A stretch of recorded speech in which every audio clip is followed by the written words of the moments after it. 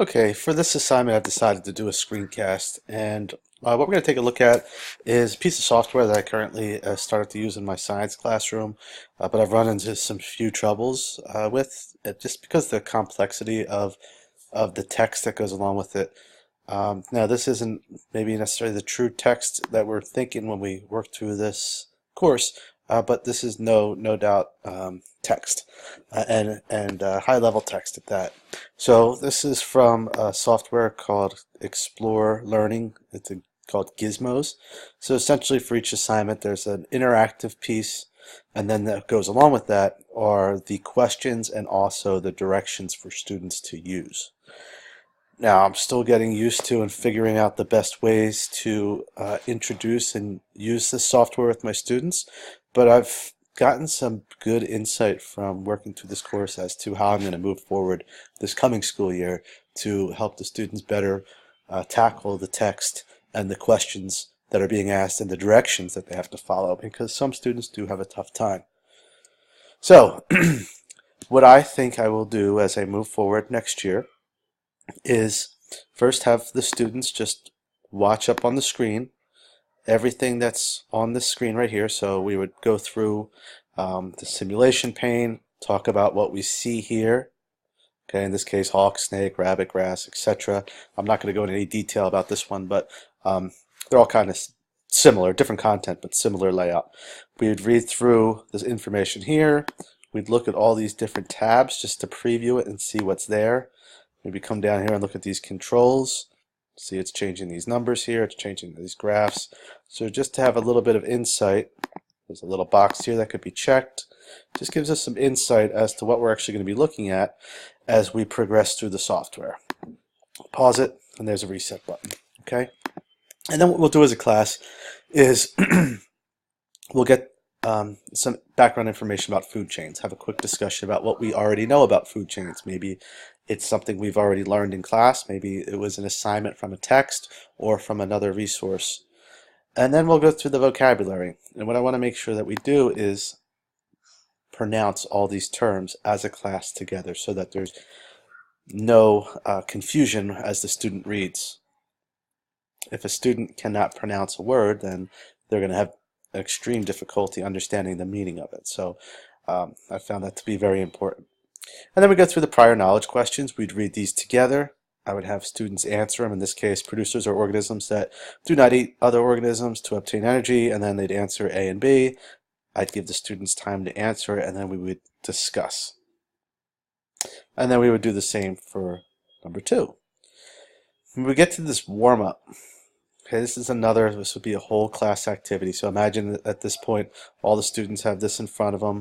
They've pulled up this in front of them on their own devices. We are a one-to-one school, so we're fortunate in that. And then the students can work through this warm-up. As a class, we'll do this. So we would follow the directions here on the simulation pane, which is here. Okay. The students are going to be working through the simulation, and in this case, it tells them what to do. What are the current populations of each organism? They'd have to look back at the simulation and fill that information in. And it says select the bar chart tab.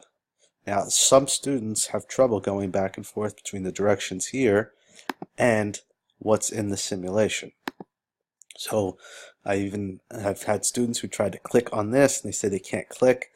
This is kind of confusing. What this is showing them is just they have to find that icon in the simulation, which it's right here. So just a different way of approaching a text, different way of looking at a text. We keep going, and we would continue to work through this warm-up.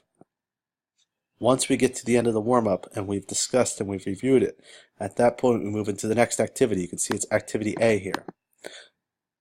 It's really important that students read this information in the box, but before I let them go, we are going to preview activity A, briefly discuss it. We look at all of this so they have an idea of what they're going to do. They have to do a prediction. They have to do a test. We talk about that. What is a prediction? What is a test? What is a hypothesis? And then we would go through to make sure they recognize all the different parts and what they need to do. Now, again, for the sake of this activity, I'm not going to go through that for time's sake. And then they get down to the conclusions. We talk about what drawing conclusions means. Okay, and again, this would be something that we would reinforce throughout the year. Students would hear it over and over again, and hopefully by the end of the school year, they'd have a good idea of how to approach these assignments. We get down to Activity B. We would preview this as well, read through some of it together. And depending on where we are within the school year, and depending on how well my students are doing with these, we might spend more time as a class or less time, again, as the year progresses. Again, we go through all this, observe, analyze, talk about what these things mean. What does experiment mean? What does summarize mean? Okay? And for this assignment, that's it. There's just an A and a B. For other assignments, there's a C, a D, and as the teacher, I can go through and remove parts if I want to, or even add in parts if I would like to. Finally, when students are done, they would turn this in, and I would go through it, and it would be graded for the most part. Some parts would maybe be graded a little bit more stricter than others. And then finally, one thing the students would do is when they're finished with all of this information, they would come here, and there's going to be 5 quick questions based upon the data that they gathered. And they'd have to answer those, and then they'd submit them. So these 5 questions and also with what they answer on this data sheet would be part of their grade, and we'd move forward from there. Students that struggled would get a little bit more attention. We'd go through and discuss where they've made mistakes. Was it a mistake in what they've read, how they interpreted directions, or was it a mistake in following directions, or was it a mistake in how they interpreted the data that was found within the gizmo itself? Okay, so that is the end of our assignment there. Thank you very much. Take care.